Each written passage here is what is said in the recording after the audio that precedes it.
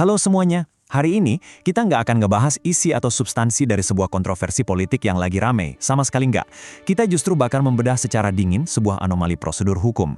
Anggap aja paparan ini tuh semacam laporan intelijen terbuka buat ngeliat lebih dekat gimana sistem keadilan digital kita sebenarnya bekerja. Yuk kita mulai auditnya. Cuma butuh 4 jam. Itu waktu yang dibutuhin sama aparatur negara buat bergerak, memobilisasi kekuatan penuh, dan mengamankan reputasi elit dari sebuah unggahan di internet. 4 jam. Coba bayangin, itu kecepatan yang luar biasa kilat kan? Nah, dari sini kelihatan kalau sistem kita ini seolah punya dua jalur waktu yang beda banget. Di satu sisi ada jalur VIP, reputasi elit bisa diamankan cuma dalam 4 jam mutlak. Jam digital negara berputar dengan kecepatan maksimum.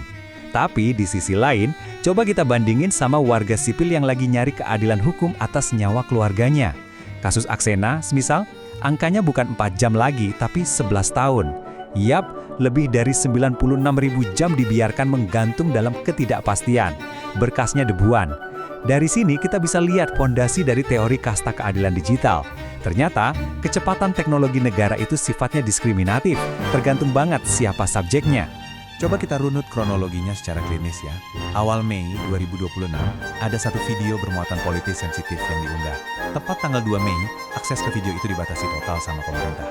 Besoknya, tanggal 3 Mei, rentetan konferensi pers langsung digelar.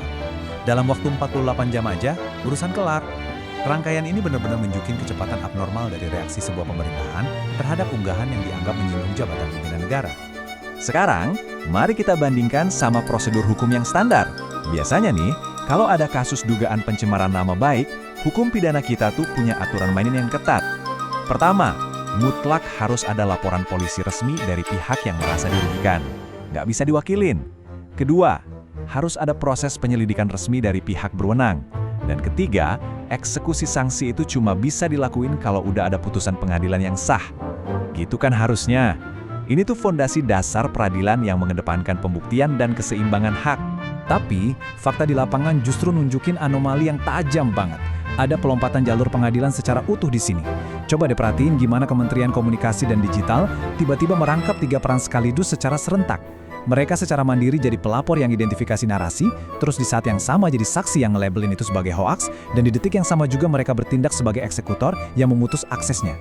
Ini tuh wujud nyata dari pelampauan kewenangan eksekutif, di mana negara tiba-tiba ngambil alih palu hakim tanpa ada satupun laporan kepolisian yang terbuka.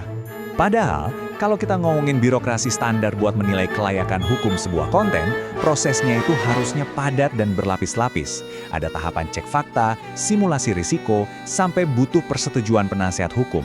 Tapi ironisnya, prosedur rasional kayak gitu diabaikan total. Pemerintah milih buat buang proses pembuktian ini ke tempat sampah dan ngambil jalan pintas dengan ngelakuin pemutusan akses sepihak cuma dalam hitungan jam. Secara administratif, negara berlindung di balik payung hukum yang spesifik, yaitu Pasal 40 Ayat 2B dari Undang-Undang ITE Nomor 1 Tahun 2024. Pasal inilah yang diklaim ngasih wewenang penuh ke pemerintah buat memutus akses informasi yang dianggap melanggar hukum. Jadi ini semacam celah legal yang dipakai sebagai landasan absolut buat melegitimasi eksekusi tadi, sekaligus melompati sepenuhnya sistem pengawasan yudikatif kita. Setelah prosedural ini seketika bawa kita ke satu ancaman modern yang jauh lebih mendalam yang biasa kita sebut amnesia digital. Makanya, analisis kita hari ini fokus banget ke pertahanan hak kognitif masyarakat. Gini ya, ketika sebuah informasi, terlepas dari itu benar atau salah, dilenyapkan gitu aja dari ruang publik dalam hitungan jam secara sepihak, sebenarnya publik tuh lagi disandra. Hak kita buat membaca situasi, menilai realitas, dan memverifikasi kebenaran secara mandiri udah dihapus paksa sama otoritas. Dan tahu nggak, efek destruktifnya tuh nggak berhenti sampai di situ aja. Tindakan pemblokiran kilat tanpa pengadilan kayak gini nyiptain yang namanya efek gentar di masyarakat. Perlu saya garis bawahi nih, audit kita hari ini sama sekali bukan buat ngebela konten rumor atau ngebela satu tokoh tertentu, tapi murni buat ngebela ruang kritik itu sendiri. Logikanya simple banget, kalau suara seorang kritikus senior dari kalangan elit aja bisa dibungkam dan dilenyapin dalam waktu 4 jam, terus gimana nasib perlindungan buat warga sipil biasa? Bisa jadi besok-besok kritik warga soal kebijakan lingkungan atau ekonomi bakal dieksekusi dengan nasib yang persis sama. Kerentanan sistem ini juga direspons keras sama kubu oposisi. Ada satu peringatan tajam yang kita catat di sini. Hukum jangan dijadikan alat pukul politik. Pernyataan ini benar-benar nyorotin bahaya laten yang ada di depan mata. Bahwa undang-undang digital kita, kalau nggak ada filter dari putusan pengadilan yang terbuka, ternyata sangat amat rentan dipakai secara subjektif buat ngeberangus suara kritis dalam sekejap mata. Semua fakta operasional yang udah kita bedah tadi, pada akhirnya maksa kita buat ngajuin satu pertanyaan retoris yang cukup dingin. Apakah martabat dan reputasi sebuah jabatan resmi di Republik ini secara sistemik memang sengaja dirancang untuk jauh lebih terlindungi dibandingkan dengan martabat nyawa warga sipil biasa? Jadi, analisis kita bermuara pada satu pertanyaan fundamental ini.